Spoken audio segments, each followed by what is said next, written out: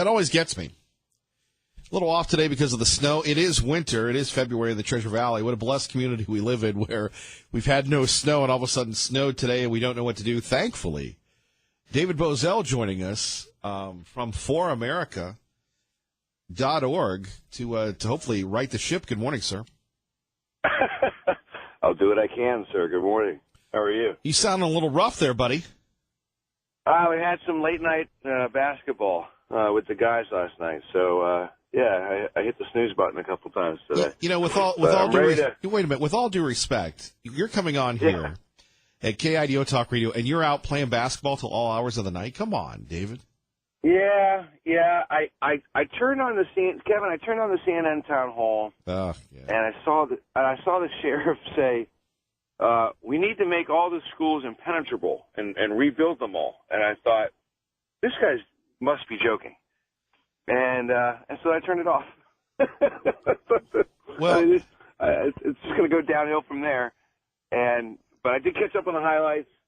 And I am ready to opine, but it didn't seem like a serious event last night. Well, and you have Marco Rubio taking a beating from the CNN Progressive Liberal reports that he's a flip-flopper.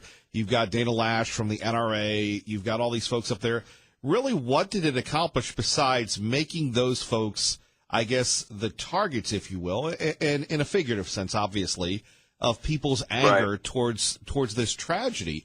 And look, you're a deep-thinking guy, and I'm not filibustering because we want to pitch to you here, but you have been in this business, you've been born in this business to critically analyze and look over the media. And I'm looking at this town hall meeting, besides, again, making these conservatives uncomfortable and vilifying the Second Amendment, did it really accomplish anything? Especially when you have there are all sorts of reports locally from Parkland of kids being interviewed. There was one kid that's gone on viral on Twitter, who is a member of the junior ROTC down there in the school. He was initially invited to participate in the event last night, in the town hall last night. He had a couple of different questions he wanted to ask. CNN took those questions and threw them in the trash can and scripted what his questions would be. He had no intention of asking anything that CNN wanted him to ask, so they basically disinvited him. Or I guess he declined. He said, "Well, I'm not going to go. It's a totally scripted event," and it was. I'm trying to put myself in Marco Rubio's handler's shoes, right? You know, do you go to an event like that, nationally televised, where you probably know it is scripted, and you probably know going in that you're not going to look good coming out of it. Tough call, but I don't. In the clips that I saw, Kevin, I didn't see everything in its entirety, but in the clips that I saw, I just did not think that Marco Rubio acquitted himself very well. To the question of, will you ever? Can you tell me that you won't accept donations from the NRA ever again? Just say, no. Just say no. If the answer is no, just say no. I think he just sort of danced around it, which made the booze sort of build to a crescendo, and just made a bad clip look worse. He kind of reminded me like why he lost the 2016 race. Now, on the press from CNN's perspective, such that one exists, they firmly planted their flag, Kevin, as not as news reporters and a network that reports news, as a network that's going to stir drama, as a network that's going to create controversy. It's the controversy that's going to draw eyeballs. That's what you get when you hire a Jeff Zucker, who's of ESPN and ABC fame. Create the drama, the sports, the reality show aspect of it, and they've made that bed for themselves, and they've jumped headfirst into it. Every anchor. I mean, I can't think of any anchor on that network that does like a straight news hour. It's pretty unbelievable, but. I think guys like Rubio I think they understand that going in, But even with the deck stacked against him, I think he could have done better. I thought Dana did great. People don't understand, Kevin. Dana has threats against her family all the time. All the time. They had to move. Her family had to move. From a serious, credible threat. So, I applaud her for her efforts and her conviction in standing up for all of our Second Amendment rights. Our great friend David Bozell joining us here, talking about the CNN town hall meeting last night. By the way, KIDO Talk Radio, you're home for Fox News on the radio, not CNN. Let's get back to the scripted thing that won't be covered. I saw that on a couple websites today, where you have CNN like the WWE trying to script the drama. And you go back to Marco Rubio, you're so correct. That's why he lost. He's trying to have the best of both worlds. What did you make of the president meeting with the kids and the teachers yesterday? Did that accomplish anything? Some powerful moments. I'm not so sure that on the whole it'll matter much, only because of the time slot. I mean, it was a late afternoon thing, so most of us are either at work and didn't see it live, and so you're only seeing clips. I was fortunate enough to watch most of it live. The kid that got the most attention about spreading this false rumor, this completely untrue story, that it takes 5 minutes to go buy an AR-15 as if you're buying a bottle of aspirin. There's this ridiculous story that where a kid goes into a Florida gun store, takes a picture of himself holding an AR-15, okay, and then puts it down, doesn't buy the gun, does not attempt to buy the gun. He just basically tweets out, "I could have bought this." He doesn't attempt to do the background checks. He doesn't attempt to do any of the background the materials, the forms that you have to sign. He didn't attempt to do any of that stuff. He just picked one up, an unloaded AR. He said, "I could have bought it," and that has gone viral. And this kid in the state dining room yesterday is lecturing the president. Why is it so easy to do this? That's where I think there's a lot of this mistrust is being bred, because these kids are and CNN ran with the story. Okay, Cuomo ran with the story yesterday, and like it was breaking news. It wasn't rooted in anything. And so the kid sees it. He's lecturing the president. I thought the president acquitted himself very well. I thought the gentleman whose daughter was killed, that was an emotional moment. But Kevin, I thought Sandy Hook would sort of turn the tide. I thought after Sandy Hook, wow, the NRA is in big trouble. I mean, this is a game changer with little kids, and nothing happened legislatively. Nothing. So I don't know that this whole event is going to result in much change. I really don't. Perhaps maybe some federal funds get allocated for security guards, former veterans, those types of things. Maybe people get more comfortable with that idea over time. But Kevin, I just don't see these schools are like miniature cities. I think that's half the issue. They're too big, and you can penetrate them from anywhere. So it's I just don't see much changing. Well, let's our great friend David Bozell joining us, ForAmerica.org, Kevin Miller in the morning. Let's go back though to looking at this and getting on thin ice here for a moment.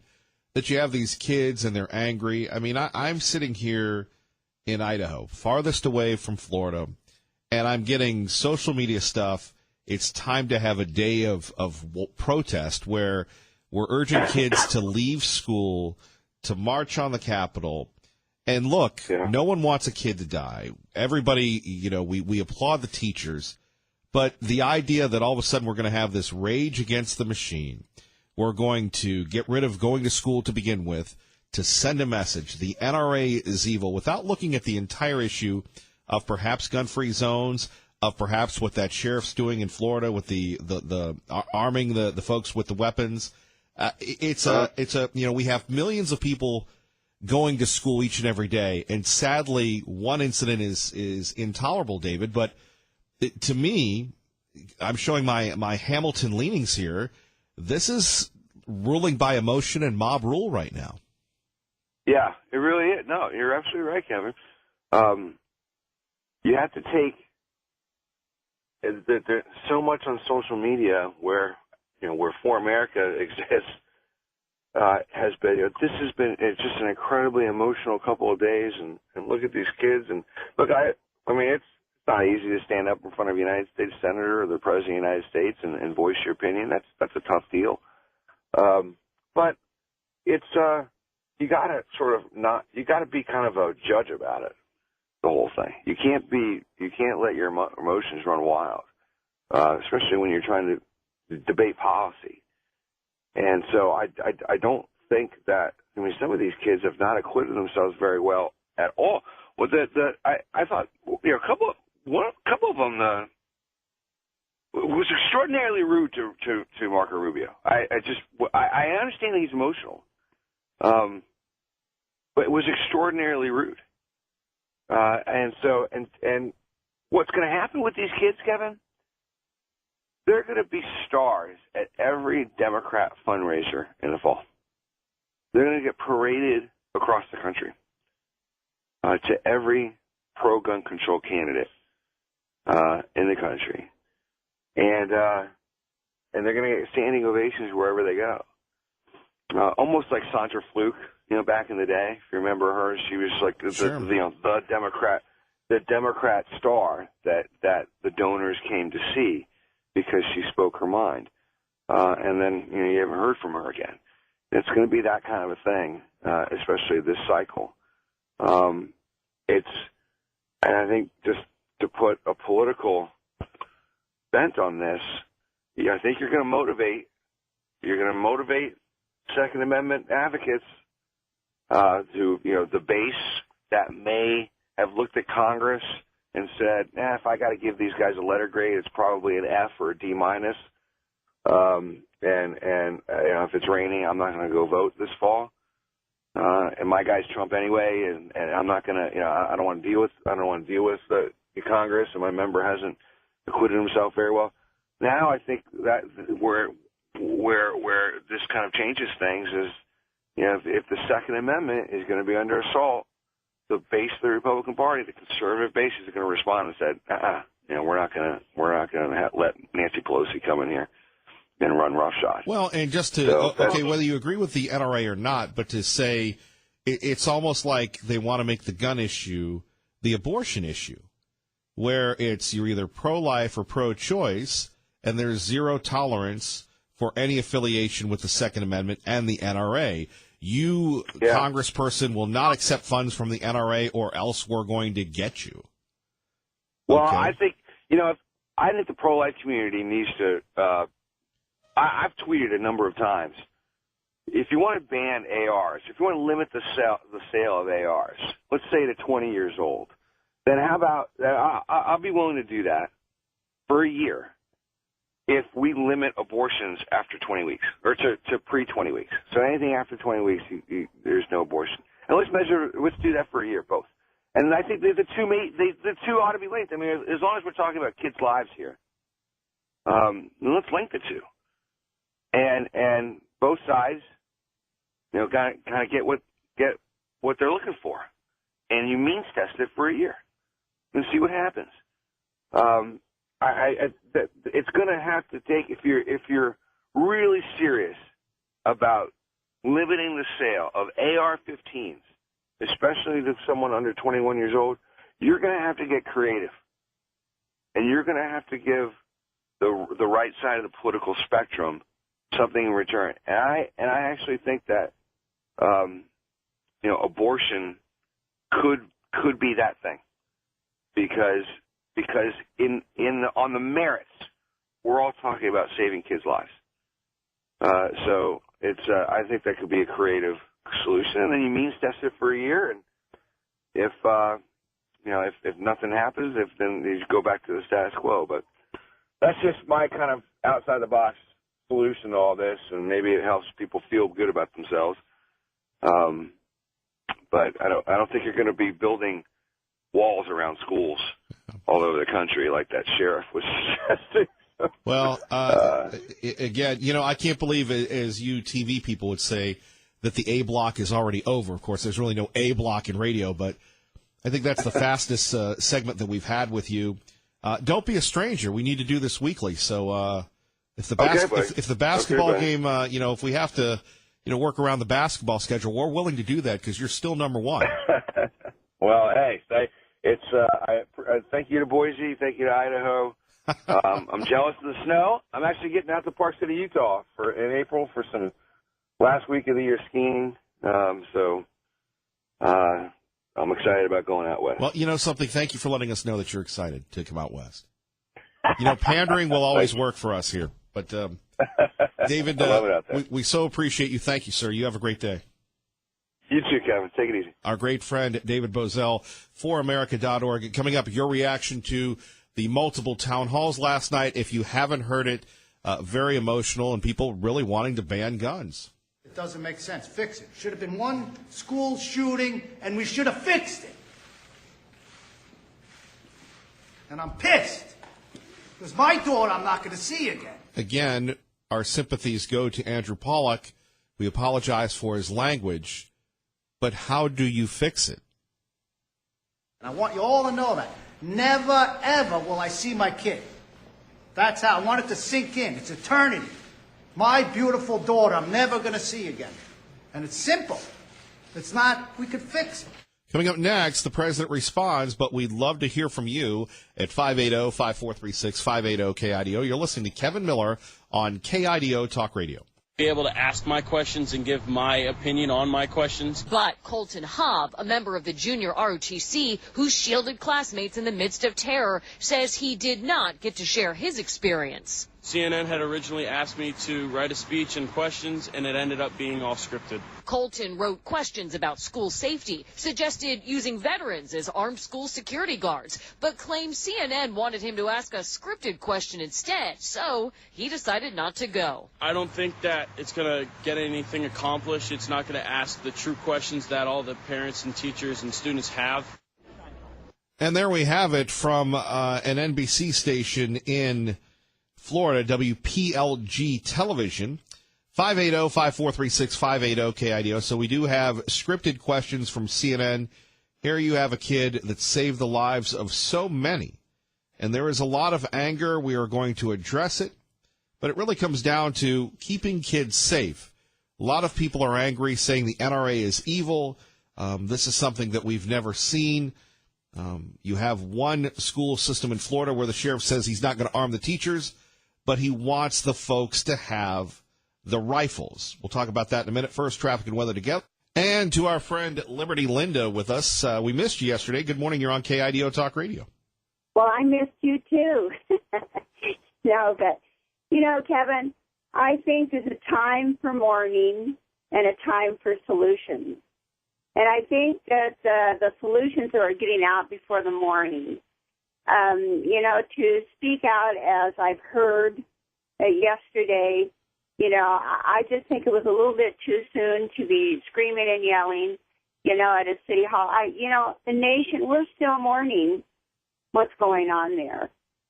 And, what happened. We don't want any more shootings. We say this is enough, ourselves. A nation, we've had enough of this in our nation. Anyway, but I believe that, however, taking guns away from honest, good people so that they can't defend themselves, I don't believe that's the solution. Well, what do you make of all the kids, and what do you make of the parents that are very upset and vilifying the NRA? I think it's backwards. The whole thing is backwards. We know that we want guns here to defend ourselves, and so that there aren't these problems like this. And we think that perhaps even guns in the school with people who know how to handle them and know to want to protect our children, that's part of the solution. You know, I just think this whole thing has it's been backwards. Well, and you have the media fueling this because they want to stick it to Trump. They want to stick it to everybody else. And, this is their agenda.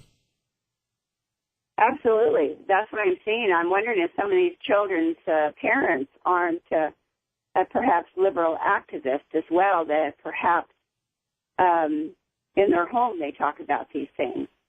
And, you and I know it's backwards. Good citizens here have a right to have guns to defend themselves. And I think that's the most important thing. We need to use common sense in regard to this. And anyway, you have the correct medium for us to call in and share our views on this. This is where we're supposed to do it, on shows like yours. And you allow anyone to call in. That's what's wonderful about you. And that's why we love you so much here, because the average, everyday people can call in and share what they're feeling. And so this is the right medium to do that, I believe. Well, we love you, Liberty Linda. Take care. Thank you. Well, we love you too, Kevin. You have a wonderful day. All right, our great friend, Liberty Linda. To fly Bry, because what you have to say is important. You're on KIDO Talk Radio. Good morning. Good morning, sir. Again, happy 50th. Thank you, I hope sir. your year is awesome. Well, I hope yours is as well. Thank you very much. And by the way, you are 18 merely with 32 years of experience. Look at it that way. Thank you. You're welcome. Yes, school marches. There's anyone on March 10th on Saturday, and Tony Snesko has called me to, not to arms, but to flyers. He's challenged me to get a flyer put up and made up and for distribution out there. I think it's something I'll consider. The challenge is because, and I know that pro-life would appreciate this aspect. Kevin, we have been showing our children since the early 70s that life has no value, and therefore they do exactly as we are showing them, not as we are saying we want them to do. When we see the brutal slaughter of children before they're born, all that says is life has no value. So it doesn't matter whether they're 1 day old or whether they're 18 or 14 or 33 years old. The problem is we're focusing on a Band-Aid element, something that's not even related. And you know that. The aspect of gun control is not the issue. It's government control that needs to be focused, certainly. I do pray that you have a sweet day, Kevin. Thank you for letting me provide my comment on air. To fly Bride, God bless. Thank you. Thank you. Bye-bye. Bye-bye. You're listening to Kevin Miller on KIDO Talk Radio. Good morning, Maggie. Good. And we continue on. Coming up, Security Guard Mike and Cindy. But first, Representative Christy Zitto joining us with a report on the legislature. Good morning. Good morning, Kevin. How are you this morning? I'm living the dream. A little chilly this morning. First of all, thank you for going to the Idaho Second Amendment Alliance. Thank you for always supporting the Second Amendment. What did you think of the gubernatorial forum the other night? I thought it was good. I thought it was pretty good. I mean, it was going to be obvious that, at a Second Amendment Alliance forum, it would be difficult to say anything against the Second Amendment. There's no question about that. But I thought it was very good, and I thought the candidates' answers were very candid. And I think if you listened close, you learned a lot about each one of them. Well, it is important, certainly with the Second Amendment. A lot of folks are very shocked that we just don't rubber stamp things and we don't have the strongest laws when it comes to protecting the Second Amendment here in the state of Idaho. How goes the battle? Well, there's always the politics end of most everything that happens. We had our House Bill 444, and we did get a print hearing on it.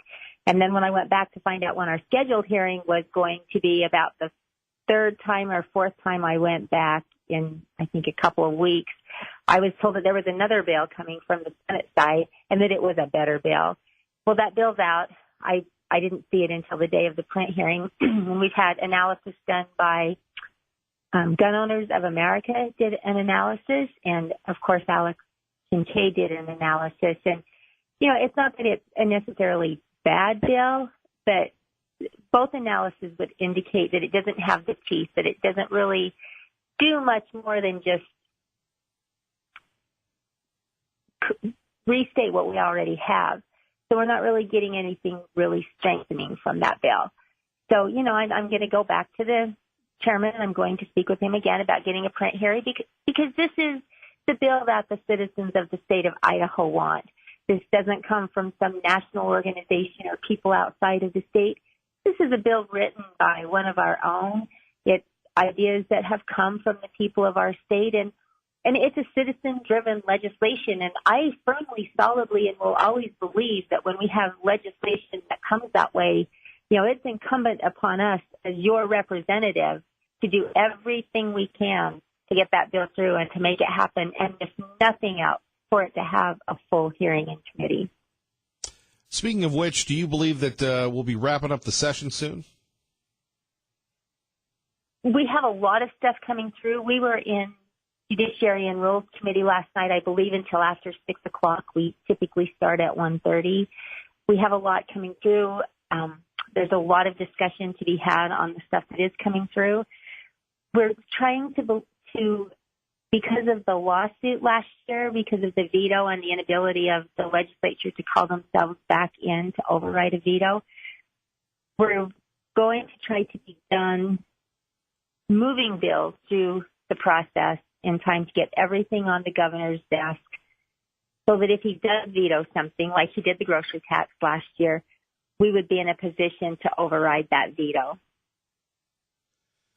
When you take a look at the governor, it's interesting that Dr. Ahlquist said this the other night, and it got a round of applause that he said, I think people are yearning for a governor who's engaged with the legislature. Do you think that was a fair comment?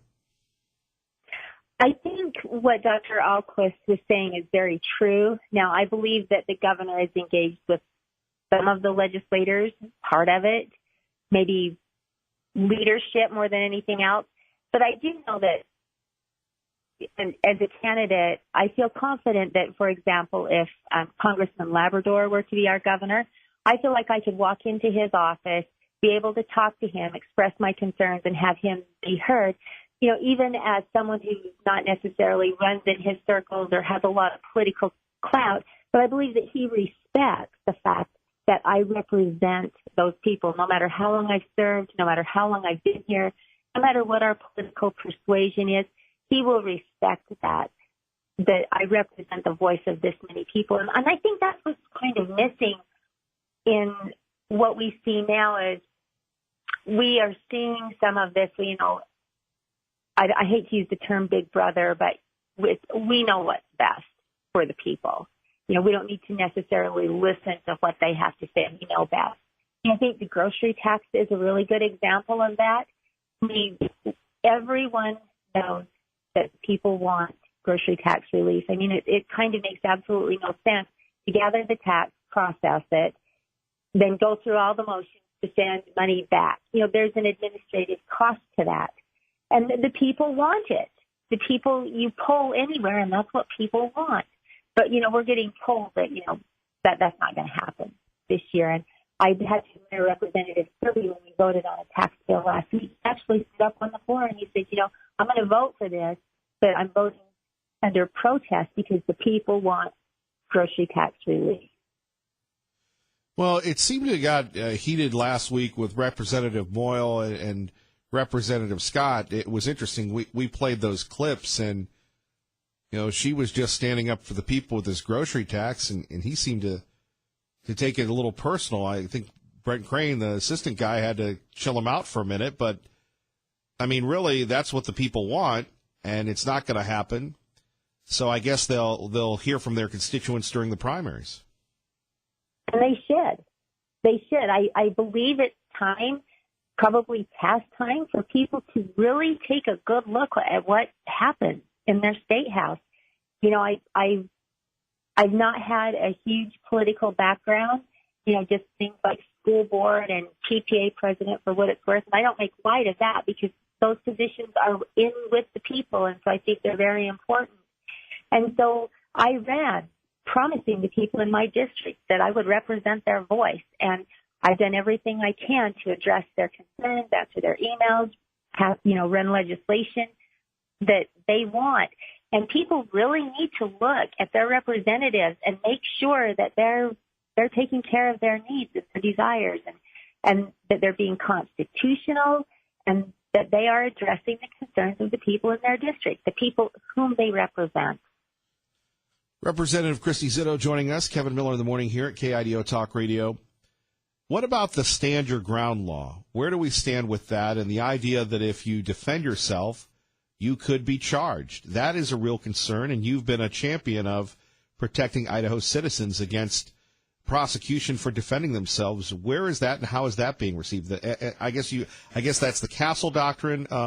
You're the expert, ma'am, not me. So, well, I'm not an expert because, again, I'm not an attorney. You know, so everything I say is opinion and what I've studied and researched. So, but again, I'm not an attorney. But that is part of House Bill 444. We have very strong stand your ground in there. A person shouldn't have to wonder when it comes time to defend themselves if the person that is breaking into their home or into their car or into their place of business is there to commit a felony. I mean, are you going to question this person when maybe they have a gun on you or they're coming at you violently or whatever? You shouldn't have to worry about that. And then those first few minutes after this horrible event happens and the law officers show up, those are very critical because you're very upset. Obviously, unless you're a trained sniper or military and have a lot of background or experience, it would be difficult for you to gather your thoughts and to say the right thing. And if you say the wrong thing, it could be used against you. And that's why it's so important, Kevin, in whatever decisions we make here when we draft laws, that we protect that presumption of innocence. Because, you know, that's a basic tenet and foundation of our judicial system. And that's one of the most important freedoms that we have, the freedom to be innocent until we're proven guilty. And when we're in that situation, we shouldn't have to stand there and say, you know, I looked around and I couldn't see anywhere where I could retreat. So, you know, I decided to use defensive force to save one of my children or someone in my home or myself for that matter. Final question, Representative Zito. Do we know how much money we're pulling in for the grocery tax? I mean, we've got Maria said maybe it's too much of a cash cow that Otter and others don't want to lose it. No, I don't. I knew the number last year, but I haven't really looked into the number this year. But I do know that last year when we discussed it, when we passed the bill, there were things that we considered like the Amazon tax, the tax on things that you buy online, that was going to kick in. And so there would be an offset there. You know, our budget, the money that's coming into our state is so ahead of what was projected and what we thought we would have that tax relief for the citizens is not at all an unreasonable request in any way, shape, or form. There's plenty of money there for that. What we need to do is make sure that we don't spend it all up. Just sure. Because it's there, that, you know, no reason to use it. We can run a lean state. We can financially. There's no reason to not be judicious with our money, with our taxpayers' money, and make sure that it goes into roads and infrastructure and education is important, Kevin. And I believe that even though such a huge part of our education budget, of our state budget goes into education, we need to look really close at where that money goes. And on our state controller's website, there's a place called Transparent Idaho, and it will show the incomes of every state employee. And there are other things you can find like that, where the money goes on the controller's site. I think it's important for the citizens to educate themselves on where does my money go, and then hold their legislators accountable for it. Representative Zito, we appreciate you. We'd love to have you back. Oh, anytime, Kevin. I love being on your show, and I'm so happy that I finally got to meet you face to face and shake your hand at the State of the Union party there. And, just you're a great voice for the people, and I appreciate that you allow time for the people to voice their concerns and to be heard. That's so important. Thank you. Thank you, ma'am. You have a great day. You as well, Kevin. Thank you. Bye-bye. All right, security guard Mike and Sydney, hang on. We'll get you in before the top of the hour. Kevin Miller, KIDO Talk Radio.